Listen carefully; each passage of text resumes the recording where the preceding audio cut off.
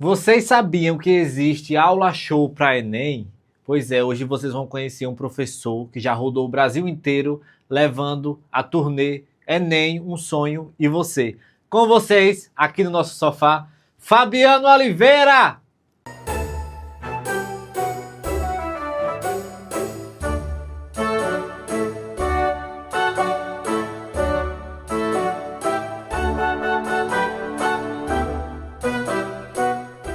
Vamos lá para mais um. Hoje levando muita informação e além de tudo, a gente vai contar a história para vocês de um professor que transformou as aulas um pouco mais monótonas, que a galera não gostava tanto de ver, e transformou em show e virou sucesso no Brasil inteiro. E ele é de Sergipe. Seja bem-vindo, Fabiano. Muito obrigado. Que Amigo, prazer. né? A gente já é... Que prazer. Esperei muito por esse momento, viu? Tô acompanhando desde o primeiro programa que eu acompanho e hoje chegou o nosso dia. Bom demais estar aqui. Foi bom que você veio agora, nesse momento bom do programa. Eu acompanhei a evolução. Acompanhei os pulos, né? Que ele não evoluiu, ele saiu pulando. Saiu pulando. Saiu Algumas pulando. coisas eu tive que chutar mesmo. Não, vamos fazer essa porra. Mas só faz foi assim. Mas que bom, prazer enorme estar aqui, cara.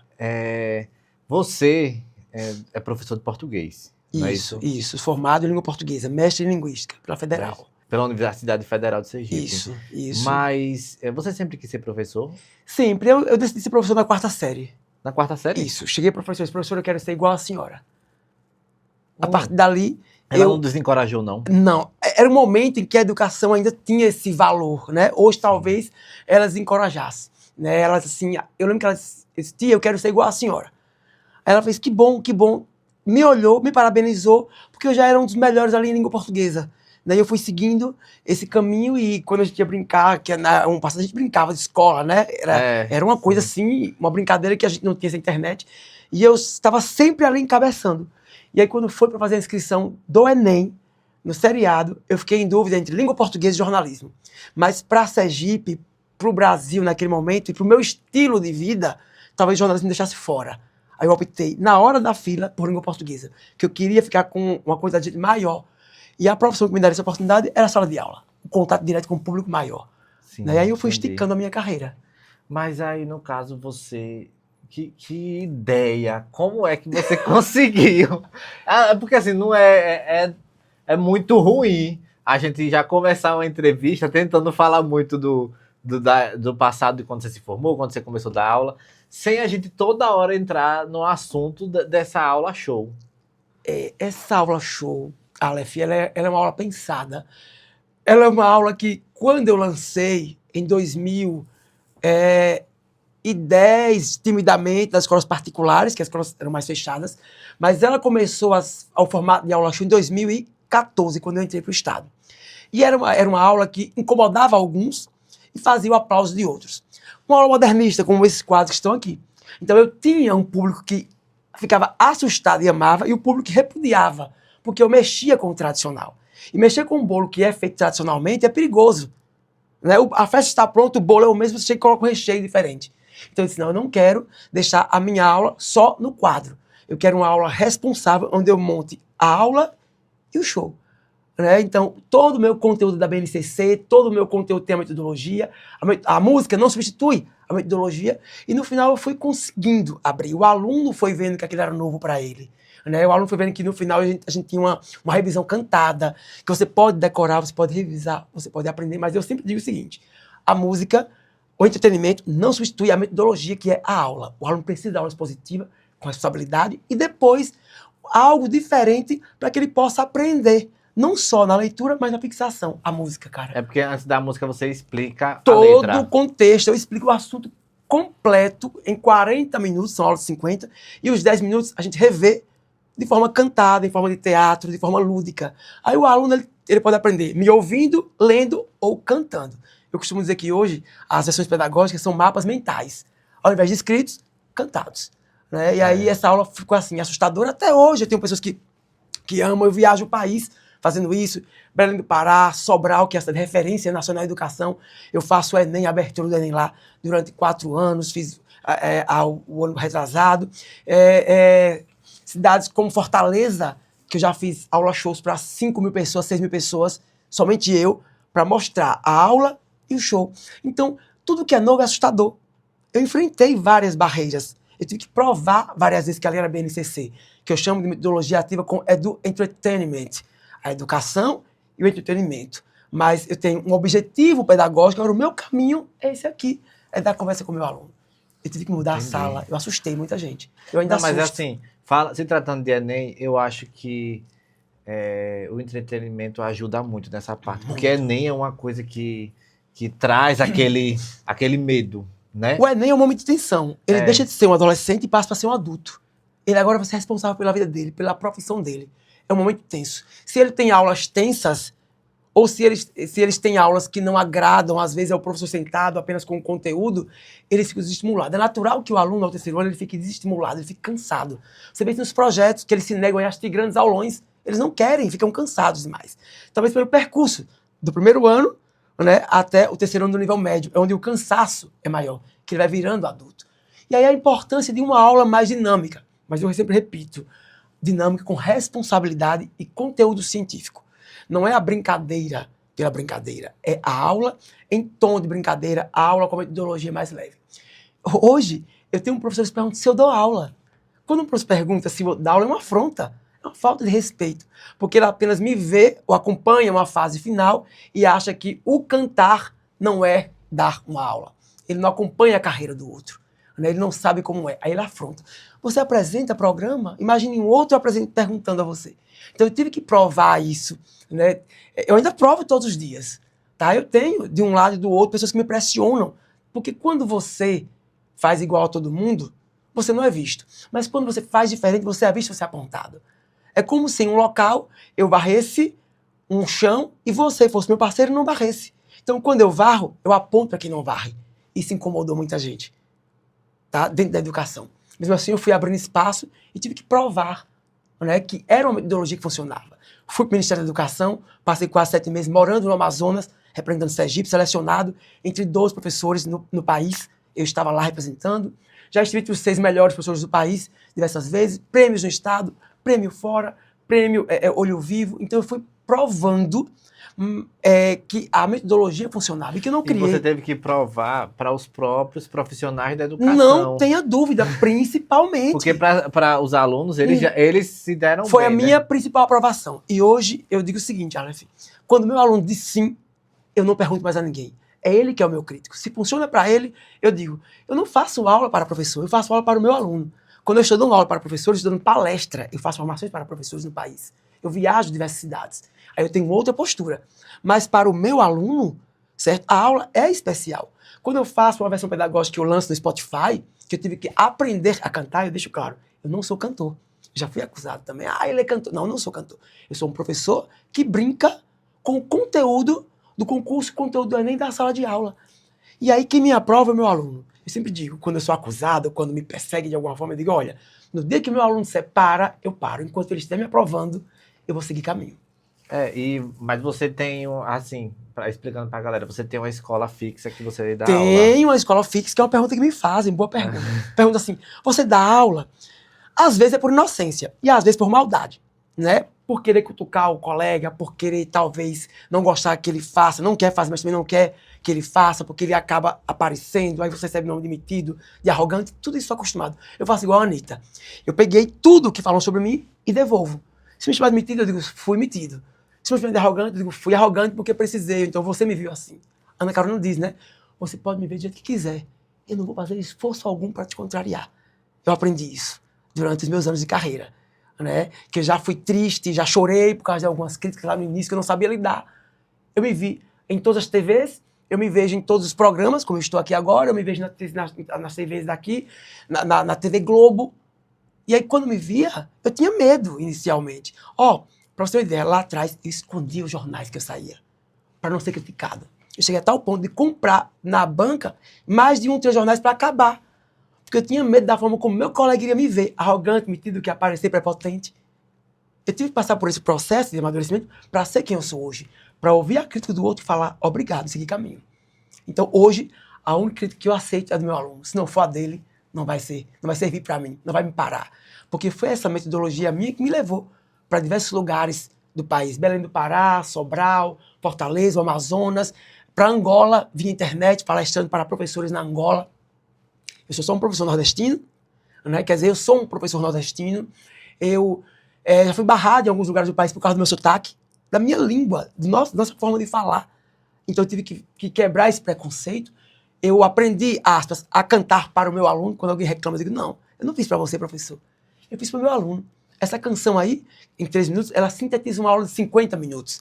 Então é um mapa mental. Quem estudou vai reconhecer. Quem não estudou pode aprender e, se for esperto, usa na prova. Decora, Decora né, aquilo ali. Então você tem um caminho para isso. Mas foi um sofrimento e não foi fácil chegar. Né? Não é fácil você chegar quando você tem pessoas de todos os lados. Você tem gente que te apoia que nunca te viu. Eu tenho professores que mandam música para mim. Eu gravei música de professores do Ceará, né, que mandou para mim, para eu gravar a paródia dele, linda, e eu gravei, cantei no ginásio todo mundo cantando. Eu tenho pessoas próximas a mim que não torcem, entendeu? Que riem, que zombaram. E aí, depois que eu comecei a cobrar, porque é interessante, viu, gente? O sucesso traz isso, tá?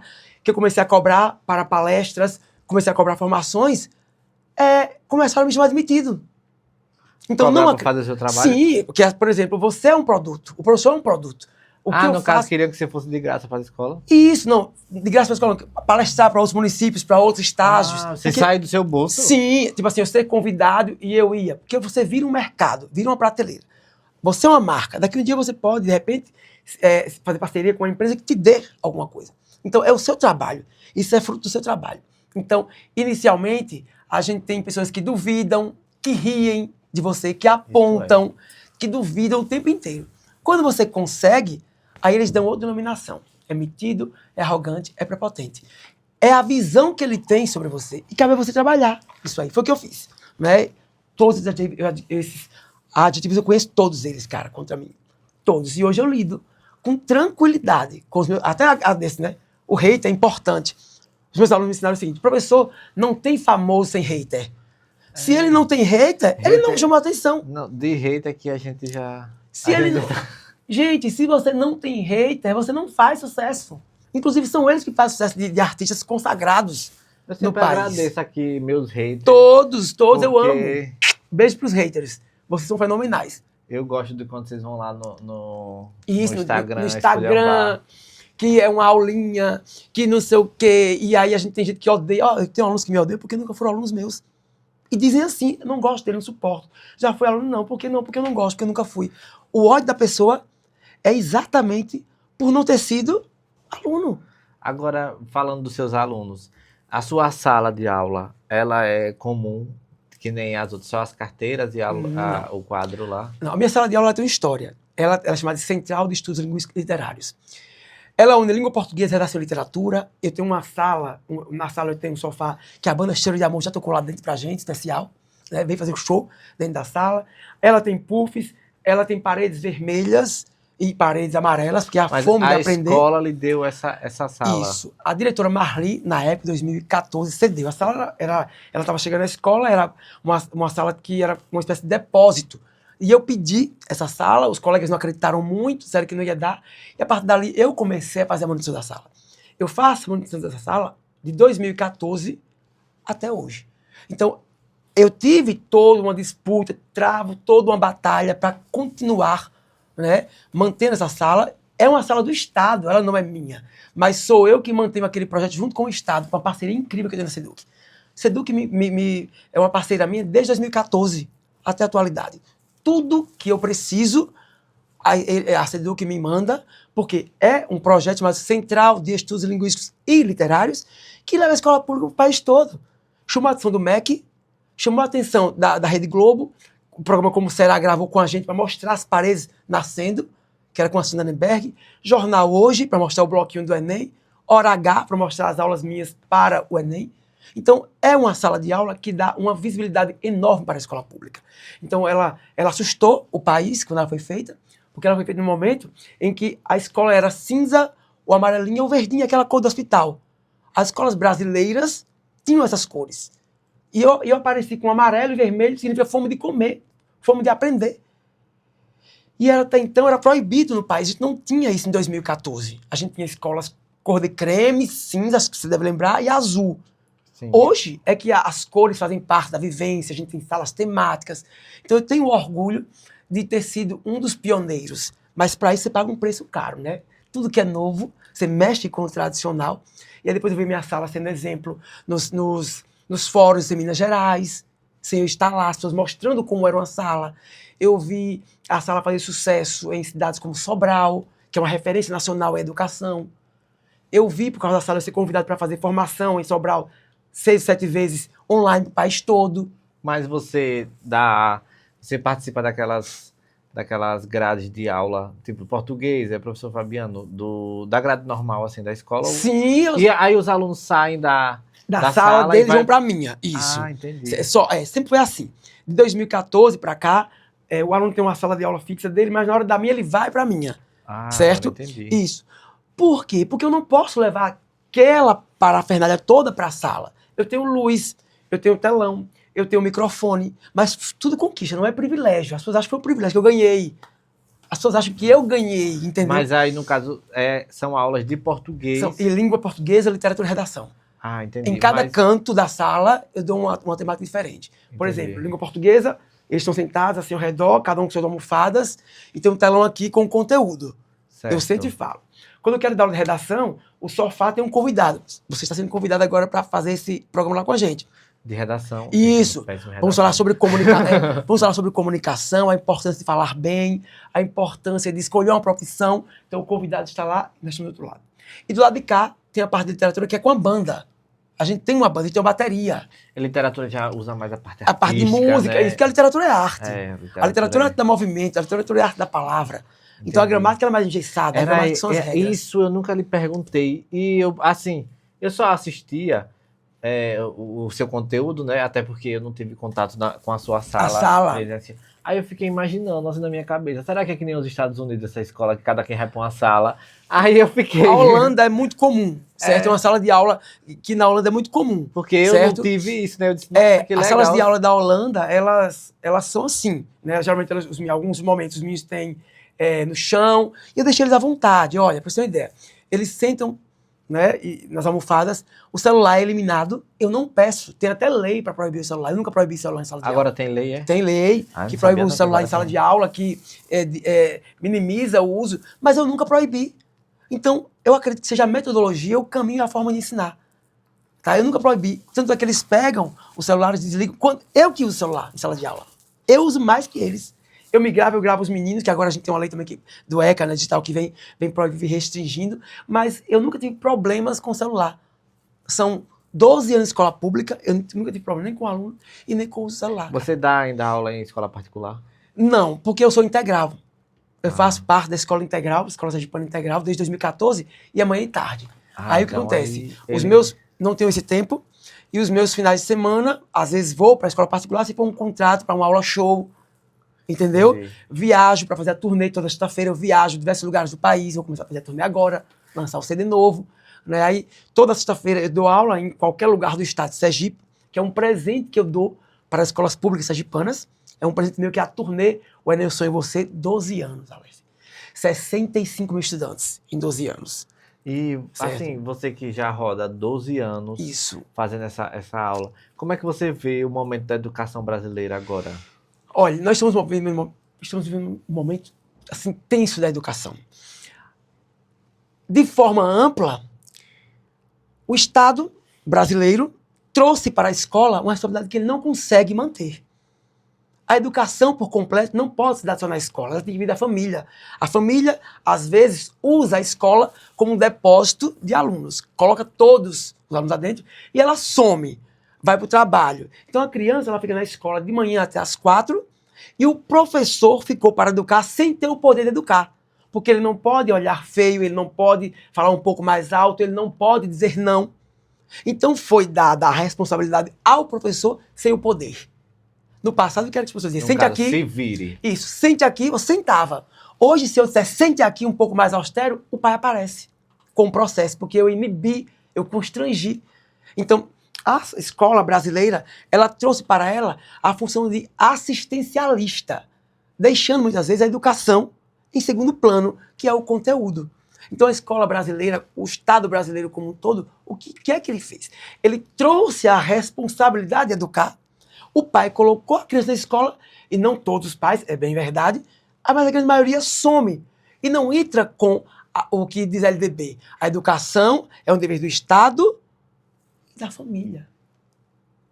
Aí a família não entra, o Estado até entra, que trouxe o Estado hoje da alimentação, da farda, da todo, né? O Estado brasileiro, né? Também, né? Isso, tem o Bolsa, o pé de meia, tem tudo isso para manter.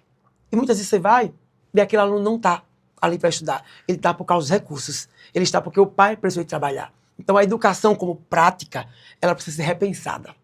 Certo? Os professores... Mas é um conjunto, tá, gente? Não é o professor sozinho, não é a escola sozinha, não é a família sozinha. E detalhe, sem a família, nós não podemos fazer nada. E a família transferiu o que era dela para o professor, sem dar o poder a ele. Agora, assim, as diretoras ou diretores de escola, quando acontece esse tipo de coisa, assim, aconteceu um problema na sala de aula, que o aluno reclamou com o pai veio reclamar. Você acha que os diretores de escola ficam mais do lado de quem? Dos professores ou dos pais? Olha, hoje em dia depende muito. Eu acho que a gente tem que estar muito na ética, né? O bom gestor, ele tem que ficar do lado da justiça, de quem está correto. Essa é a premissa, tá? Se o pai, se um aluno agrediu a um professor, não tem por que esse gestor pensar em não defender um professor. Do contrário, ele tem que ficar também ao lado do aluno. Eu acredito que o bom gestor é aquele que é ético, tá? É aquele que fica ao lado da justiça. Né? A gente tem vários exemplos de professores que são agredidos em sala de aula e que às vezes se sentem sozinhos. A gente tem casos em todos os lugares do Brasil de professores que são... Isso acontece muito, porque muitos cargos de diretores de escola é dado por questões políticas. O Brasil lançou isso e acabou, certo? Transformando isso, às vezes, num jogo. Tá? Mas aí, às vezes, a escola tem a sorte de ter um gestor que, mesmo de cada um cara, um profissional, é um profissional competente. E aí a gente tem que ter, né? Nem todos os casos, não se pode generalizar, mas a gente encontra todos. A gente sabe. Sim, a gente tem profissionais maravilhosos, gestores maravilhosos. De vez em quando viraliza no Instagram algumas imagens terríveis. De gestores apanhando de pais porque negaram. É muito comum. E detalhe, o gestor, o professor, a tia da merenda, o rapaz da portaria, todos nós somos vulneráveis, porque a escola é a sociedade. O que a sociedade tem fora, a escola também tem. Nos anos 80, 70, 50, lá atrás, os muros da escola separavam a violência. Havia pouca violência na escola e a gente achava muito. Era uma briga, era um apelido. Hoje não. Toda a violência da sociedade está dentro da escola. A escola é uma micro-sociedade. Tudo que você tem fora, você tem dentro. Tá? E aí todos nós ficamos vulneráveis a isso. O professor é vulnerável, a diretora é vulnerável. A gente já teve diretores que levaram tiros, a gente tem diretores que foram ameaçados de facas em todos os lugares do Brasil. A gente fala, não é? A gente tem diretores que são ameaçados diariamente.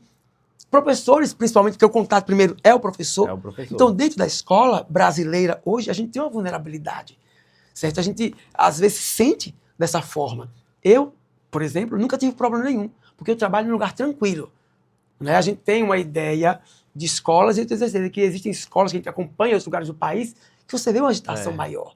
Né? Eu queria usar essa fala aqui para falar de alguns comentários que eu vi no Instagram de criadores de conteúdo digital que vão para a porta das escolas fazer conteúdo dinâmico com os alunos e eles ficam reclamando, essa merenda aqui é não sei o que, não sei o que. E aí eu vi pais nos comentários falar, cadê os pais dessas crianças? Aí eu fiquei pensando assim, criança não entende muita coisa, o que é certo e o que é errado, mas elas usaram o humor como forma de protesto. Sim. Eu acredito nisso. Sim, sim. Porque eu não vi uma criança questionando a forma de ensino de nenhum professor. Eu vi reclamando sobre a gestão da escola. E de merenda, né? Isso é bom. De calor. É leitura crítica. E de calor na sala de aula. É leitura crítica. Existem dois lados, né? Existem dois lados. Eu acredito que quando um aluno reclama da forma correta, a gente tem que saber disso. Sim. Eu vejo como leitura crítica, é o cidadão crítico. É a formação. É que ele está no caminho certo, exigindo aquilo que é dele, que é um direito dele enquanto cidadão. Tá? Mas o outro lado também às vezes ele não valoriza. Tem os dois Tem esse lados. lado, tem esse Né? lado. Por exemplo, quando o banheiro aparece quebrado, quem quebrou esse banheiro? Esse banheiro não fui eu, professor. Não foi você que está aqui. E quando um quebra, É? os outros alunos sofrem. Isso, aí detalhe. Existem os dois lados. Mas como você não pode generalizar, você tem que ficar com o lado bom. O lado bom é que o aluno, quando ele critica para o bem, ele está exercendo um papel de cidadão dele. E isso é interessante e é assim que deve ser. Né? Cidadãos críticos, não alienados e percebendo quais são os direitos dele. Eu apoio sempre. Mas, observando que toda história tem os dois lados, a gente sabe que às vezes tem escola que o aluno vai e arranca a porta. E detalhe, Solta a tá? bomba. Isso. E o pai, de alguma forma, quer explicar. Porque aquilo aconteceu. A gente tem isso. Na verdade, como eu disse a você, a família que colocou na escola para se livrar, que não gosta do feriadão. Porque o feriadão ele fica 4 dias em casa.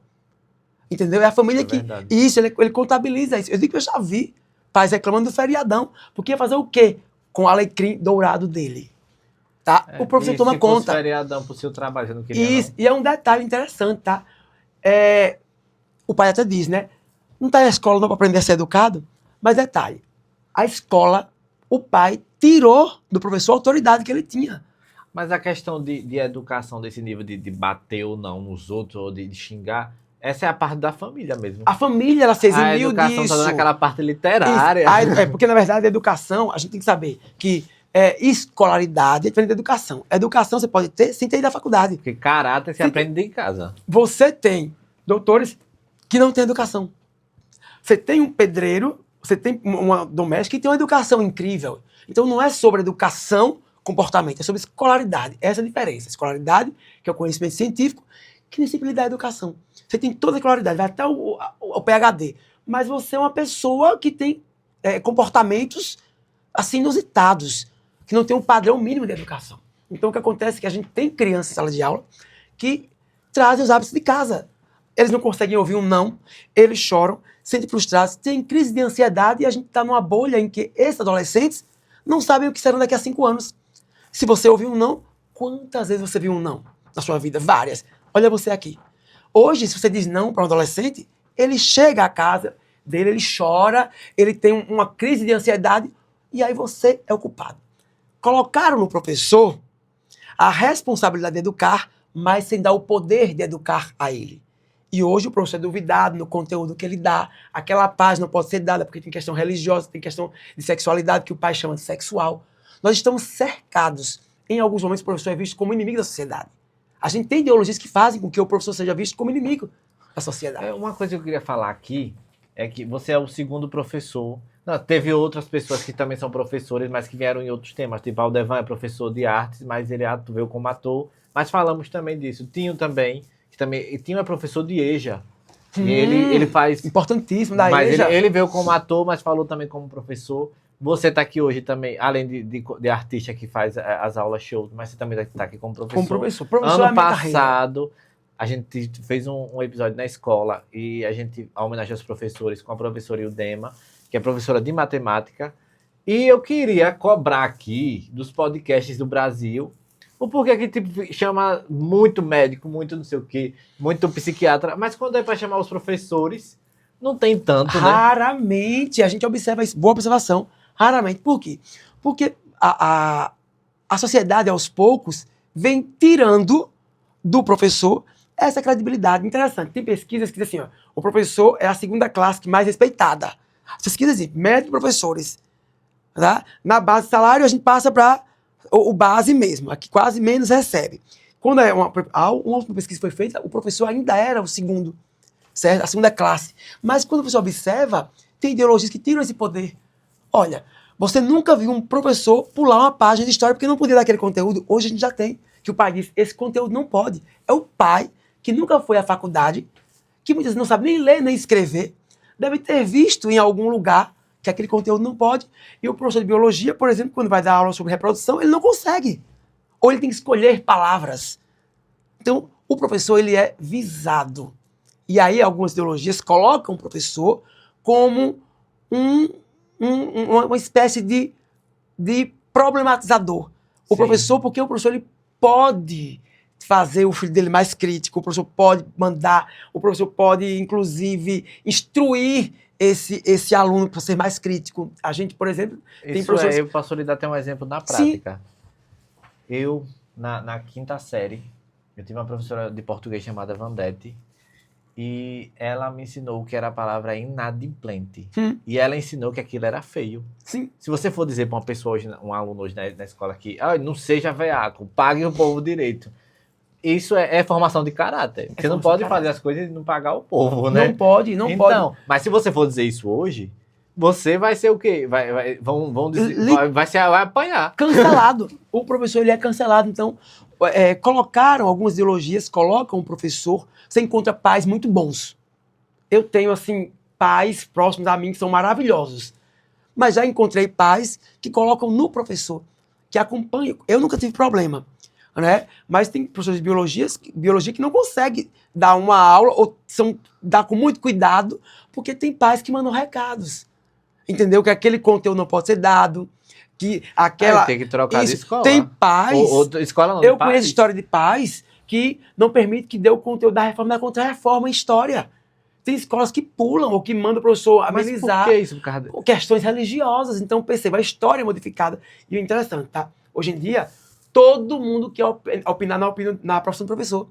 Todo mundo quer ter uma opinião. Eu não vejo ninguém dessa opinião na hora do médico operar. O médico, quando vai operar, ninguém diz, não é melhor operar assim não. Mas quando é professor, todo mundo sabe ser professor. Todo mundo tem uma opinião, todo mundo tem uma metodologia, todo mundo tem um caminho, mas nunca faz faculdade. Eu acho assim, se um professor de biologia não vai dizer como é que se reproduz, como é que o ser humano se reproduz, aí depois tá aí, menina cheia de filho. O pai confunde isso com sexo, quando na verdade é a questão da sexualidade, é toda uma situação. E você falar sobre algumas temáticas pode dar problema, pode dar processo. Essa questão que você falou aí de história, seria aquela parte da reforma da igreja? Contra-reforma, entendeu? O luteranismo, a partir de 1545, 1600, quando a igreja começa a entrar em crise, tá? O Concílio de Trento, tudo aquilo ali é tênue. Em algumas escolas, há uma solicitação para que seja pulado, entendeu? Que o público não é aquele, tem todo uma... Então, e quando é que a pessoa vai aprender isso? Pois é, talvez não. Talvez um curioso, talvez não queira aprender, porque a família também já vem fazendo esse papel, né? De tirar, de não ter um conhecimento. Mas, gente, não tem como você não aprender isso. Faz parte da história do ser humano. Mas a que ponto chegamos? Hoje a gente tem, como eu disse aqui, todo mundo quer opinar na profissão de professor. Você não vê isso quando é comparado com um médico. Você nunca viu alguém chegar para dizer a melhor forma de operar esse cérebro é fazendo isso. Mas você encontra a melhor forma da língua portuguesa é esse caminho. Quando você vai observar, a pessoa tem o 8º ano, tem o 9º ano. Então todo mundo opina, mas sem ter ido a uma faculdade. Então olha, vai aqui recado, tá? Quer opinar? Faz uma faculdade primeiro. Aí a gente conversa. Eu sempre fui assim. Agora, Fabiano, voltando aqui a falar da aula show. Vamos. Certo? Primeiro de tudo, a aula show é uma aula que passa o conteúdo que vai cair no Enem. Sim. Não é isso? Isso. E em forma de, vamos dizer assim, a aula inteira é metade você explicando e metade música. Sim, vamos dizer não. Assim. Ela tem um processo, ela tem uma estrutura, cara. Toda a estrutura. Eu inicio uma aula, eu recorto os conteúdos do Enem. A minha aula é para o Enem, que é uma função da escola. Tem aula para concurso e aula para Enem. Então, eu pego toda a grade do Enem e sigo pontual aquilo que mais cai todos os anos. Então, eu pego meu conteúdo, de acordo com o TCC, está no telão, eu explico o que é literatura, explico o que é o substantivo, o adjetivo, o pronome. E na reta final, depois de fazer exercício no caderno, com toda uma tradição, a gente tem a música que eu gravo para ele fixar. Então, para que serve a música? Para ele revisar cantando. Ele já me ouviu, ele já leu a apostila, já leu o livro, respondeu a atividade e, por último, ele leva de brinde a música. Porque se nada falhar, o que vai estar lá? A música. Mas agora, assim, vou falar de algumas músicas que eu ouvi sua. Quando você fez algumas... Que chama paródia, né? Uhum. Aí... Eu chamo hoje... Já batizei, cara. Já batizou. Como é hoje? A paródia, ela é um gênero, né, textual, e a paródia ela nasceu para rir. Naquele antigamente falava, né, denigrir. E aí, como a gente está no mesmo termo, ela nasceu para copiar, tá? Para tornar algo ridículo. Era muito político. E aí hoje, A gente chamou de paródia pedagógica e eu batei de versões pedagógicas, para deixar um tanto mais elegante, mais profissional. Então a gente faz versões pedagógicas de músicas nacionais e internacionais. Né? E cada música ela tem uma história completa. Para você ter uma ideia, tem versões minhas que demoraram 4 anos, cara. É muito tempo. Eu demorei 4 anos para fazer Eu Falei Faraó, de Margarete. Eu comecei antes da pandemia, terminei no final da pandemia. A folhinha ficando amarela. Então, assim como eu faço calcinha preta em 2 minutos, 4 minutos, que eu fiz a última agora, né? Eu faço chover, que eu achei que não fosse conseguir. Eu falei Faraó em 4 anos. Eu demorei 3 anos para fazer Evidências, que era um hino. Né? Então, eu escolho estrategicamente músicas que não saem de sucesso nunca. São clássicos. Eu vi TikTok, porque TikTok, ele passa 2 semanas, ele cai em desuso. A música viraliza lá, passa 1 semana. E aí eu prefiro música que eles já conheçam. Quando eu canto, quando eu falei o amor, os meninos já nascem sabendo. Não é que eu goste, é que eles já sabem. Quando eu digo garçom aqui, que é a minha próxima que eu quero lançar, eles já sabem. Tá? Então todos eles sabem cantar. Aí eu vou pra Rihanna, quando eu quero. Fui pra Beyoncé, vou pra Ivete Sangalo, que tá sempre lá. Corri pra Anitta, né? Já passei por Daniela, tá? Timbalada, Chiclete com Banana. Então aquilo que é número Pablo, aquilo que é número 1 em todos os estilos eu pego. E da Itália eu tenho um ritual, né? A música que alcança o número 1 do ano, eu vou lá e faço. Flowers, foi 2000, né? Fui lá e fiz. Então não importa qual nacionalidade eu vou lá e faço. Escolho um conteúdo e tem um processo pedagógico. Tá? É um ritual. Ali dentro tem que colocar o conteúdo, informações verdadeiras, pedagógicas, essenciais em forma de palavra-chave. Num ritmo que ele tem que gostar. Então é um processo muito demorado. Não é só... Não é a, Pega aqui esse não livro é e a copia paródia ritmo, pela no paródia, ritmo. não é. Se fosse, seria muito fácil. É. É a paródia pelo conteúdo. Eu explico isso direto. Tá? Quando eu fui criticado, essas paródiazinhas, e depois eu vi a pessoa fazendo igual, tentando fazer igual. Então, eu acredito que você tem que conhecer o trabalho do outro. É uma versão pedagógica onde a música tem 3 minutos e você tem que resumir 50 em 3. Você tem que ser muito bom, cara. Para colocar em 3 minutos de música as palavras-chave que resumam todo um conteúdo. E principalmente um conteúdo tão aberto quanto de literatura. Que já Agora, que a prova é toda de literatura, né? Não é praticamente. Sim. Geralmente dura quantos minutos cada música? Eu pego a música original, 3 minutos. Você faz o original mesmo? Toda completa. Porque o pessoal tem muito comum pegar só o bordão, né? Sim. Só o trecho. Não, eu faço a música inteira. Então vai depender mesmo da duração da música. Da música, 3 minutos, 2 minutos e meio. A de Anitta, essa que ela lançou agora, que é Meia-Noite, né? Você sabia ver... Cara, antes dela lançar, eu tava lá fazendo. Antes ela lançou dia 16, eu lancei dia 15, a versão. Que eu peguei ao vivo no show que ela fez. Sim. Então, dia 15, já no dia 15, canetou. Procurei, e aí eu tinha visto só o áudio no programa do Hulk, canetei, no outro dia estavam cantando já. Você sabia, foi rebelde, vejo as vanguardas europeias então dominavam. Acho que o modernismo, futurismo exalta e movimenta, a violência exalta, fala. No modernismo, denúncia vai fazer. No modernismo, o passado negou. Depois da Semana de Arte, vi coloquialismo aí. Mário vai lançar Macunaíma. E aí ele já tem todo o modernismo, cara. E a galera, acho que depois que a gente Eles vai ficando mais cantam. velho, a gente vai vendo quanto essa parte aí, essa parte literária é muito foda, porque aí fala de Mário de Andrade. Sim, cara, fala de Macunaíma. Eu já expliquei pro menino que é Macunaíma. Já disse a ele que Mário de Andrade era gay. Já botou a galera Isso. pra assistir Macunaíma? Não posso colocar pra cima Macunaíma. Olha aí. Eu seria processado em botar Macunaíma um filme. é muito... Esperto. Pra você entender Macunaíma, gente, você tem que estar com o bom humor no dia E pra eu assistir. dando aula sobre Macunaíma é todo um cuidado pra falar que ele urinava nas Índias, que ele brincava por baixo, apertando as meninas. É todo um cuidado com o repertório pra não ser mal entendido. Macunaíma é a síntese da nossa gente. É o herói sem nenhum caráter. É o nosso indígena, né, que nasce né, meio que negro, toma um banho no riacho e fica branco. É a cultura do povo brasileiro. É uma rapsódia. Mas para você contar isso, eu tenho que fazer em forma de música. Então, quando a Anitta lançou, dia 16, eu coloquei dia 15 a versão. E os alunos já sabiam cantar a música da Anitta baseada na versão pedagógica. Mas é um processo. Eu sempre digo, não, parece brincadeira? Que bom que você achou que parece brincadeira, porque parece fácil. tá? Eu tornei fácil Aprender se aquilo torna que... fácil, Isso. mas fazer é difícil. Então, eu tornei... Que bom que você achou fácil o que eu fiz. Eu Que a sempre digo intenção é que a essa. intenção é essa, você achar fácil. Porque você está vendo um espetáculo, você não viu o trabalho pedagógico, o processo pedagógico, as horas pensadas. Então, quando alguém diz assim, que besteira, isso aí eu faço, eu fico feliz. É que eu fiz tão bem que se tornou simples para você. Isso para mim é o meu Então, objetivo. a intenção é essa mesmo. A intenção é essa, que Tá você... vendo? A intenção é essa, é tornar fácil aquilo que é difícil. Foi o que eu procurei. Mas agora você tá lançando o CD novo. Quantas músicas tem nesse? Eu quero colocar 10. 8 vai pro estúdio e 10 ao vivo. A gente vai gravar, porque a gente tem que gravar em estúdio, né, primeiro. Sim. Tá? Eu já gravei a de Ivete Sangalo, Todo Mundo Vai, do ano passado, que eu redescobri. Eu não sabia cantar essa música. A gente fala, todo mundo, no carnaval, não é assim? Nossa amiga mais louca. A gente só canta a primeira palavra. Eu disse, não, gente, tem alguma coisa aqui atrás. É um trava-língua. Idealizar o mundo, história fantasiada. A burguesia gosta, é idealizada. A burguesia cultua, toda idealizada. A burguesia é rica, bem fantasiada. E a nacionalismo em tudo, o romantismo vem trazendo. O indígena e a pátria, o autor vai romantizar. Ele vai romantizar, ele vai romantizar, ele vai romantizar.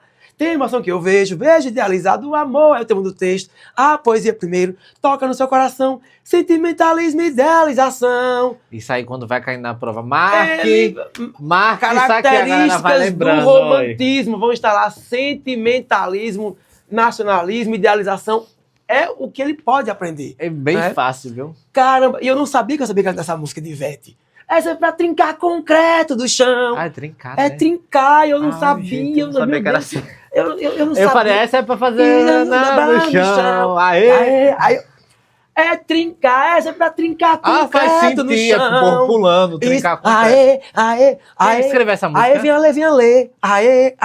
Eu não lembro quem é o Menino. compositor. Deve ser, pode ser, não sei, Alain Tavares, não tô lembrado. Sei que ela lançou e eu não sabia cantar, eu sabia dançar, porque eu danço com a Ivete, né? Quando eu comecei a fazer a letra, eu disse, não vou conseguir. Bicho, mas ficou linda. Tá, vai estar pro Spotify, já tá gravada, vai pro Spotify, vai pro 35 plataformas digitais, entendeu a situação? Vai Trio Metal de Daniela Mercury, que eu trouxe de volta, que eu trago músicas que pegam pelo ritmo. Eu quero que eles não conheçam a letra. Eu até mostro a original, entendeu? Digo que é a música pedagógica, porque às vezes quando você pega uma música famosa, eles se atrapalham para desfazer aquilo.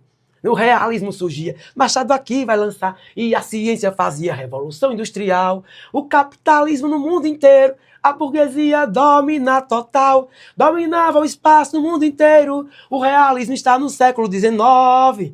Então Casmurro o livro, Bento não tem certeza, o adultério ele diz que Capitu cometeu, leia logo esse livro inteiro, quero ler,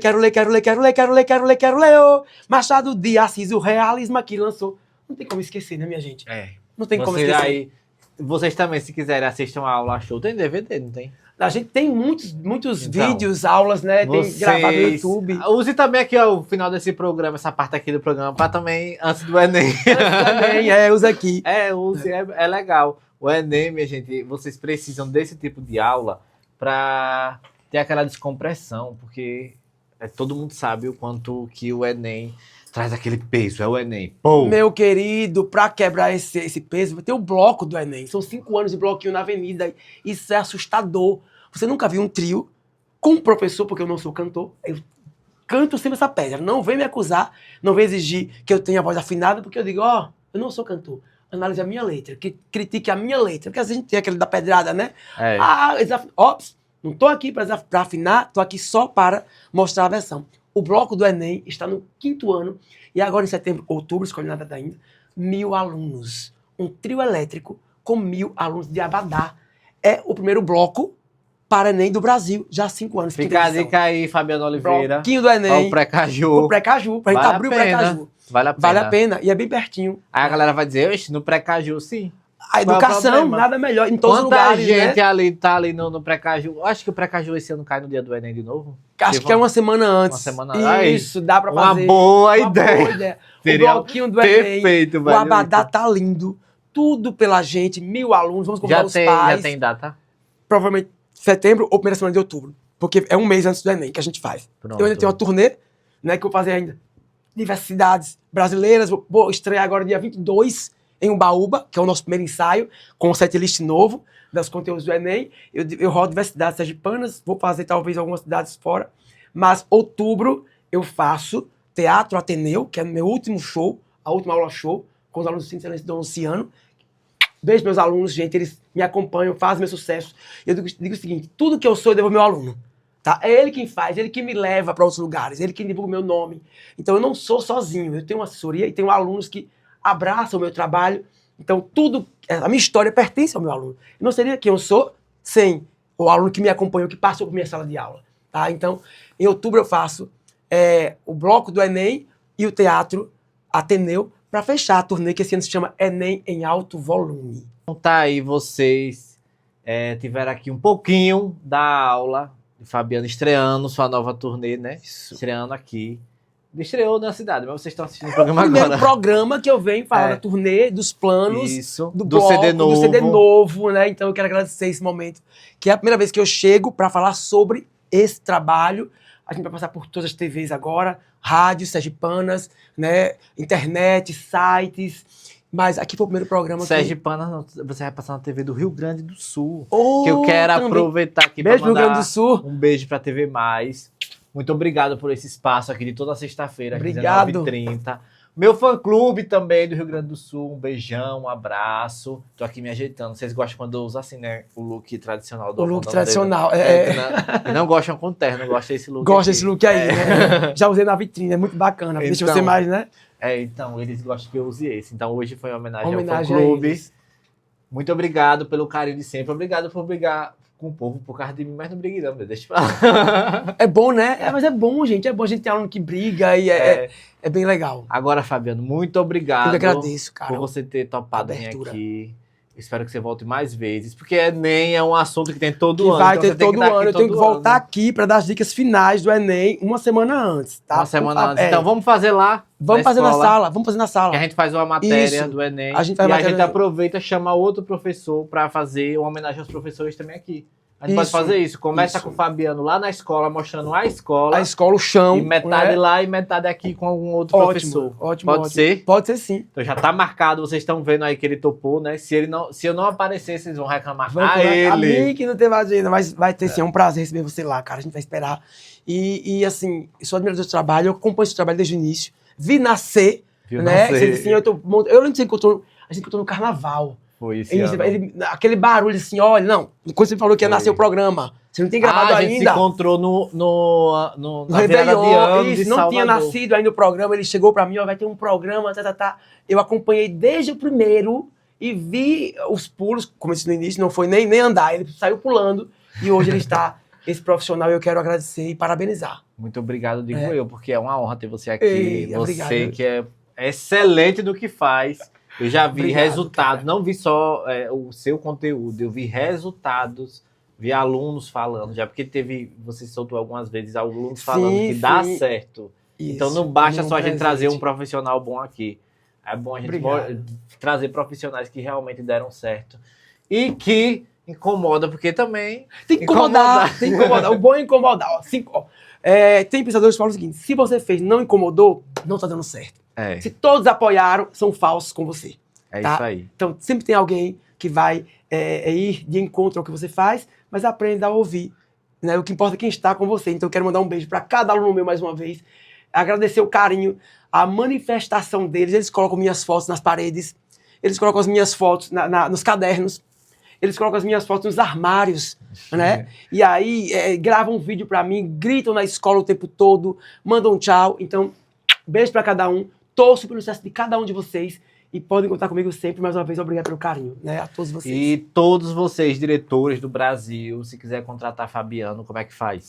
Instagram, @prof. Fabiano Oliveira. A turnê vai estar aberta para todas as cidades brasileiras, né? Para todo o estado de Sergipe. E eu espero chegar aí com vocês. Se não, ó, tem o Spotify, Deezer, Amazon Music, na Apple Music, chique, minha gente. Apple Music é muito chique. Mesmo. Eu jamais pensei de estar no Spotify, tá? Vai lá, Fabiano Oliveira, você encontra quase 20 canções já e vão entrar mais 10 em breve. É isso aí. Peraí, viu? Bota essa parte. Bota essa parte. Bota lá em cima essa parte.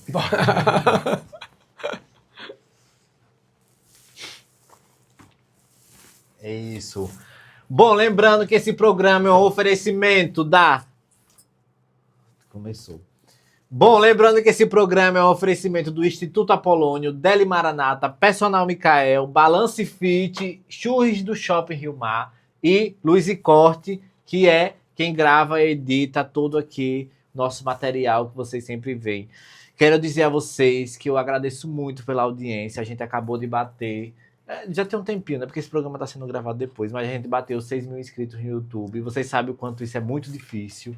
Então a gente está crescendo aos pouquinhos, eu agradeço muito. Lembrando para vocês que eu não sou influencer, eu sou apresentador. Então se vocês quiserem me contratar também para fazer publi, eu não faço. Eu faço propaganda. Melhor ainda, né? Então entre em contato comigo pelo meu Instagram, que vocês já sabem qual é, @apontando.o.dedo. Se inscreva no meu canal do YouTube, que isso é muito importante, que vai me dar dinheiro para eu continuar fazendo esse programa aqui. Tem a TV Mais? Tem. Mas o YouTube dá muito dinheiro, eu quero ser rico. Brincadeira, gente.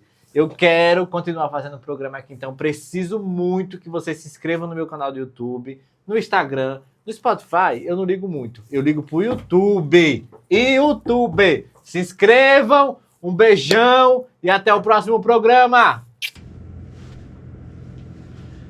Foi. Aê, coisa linda. Eu falei tudo.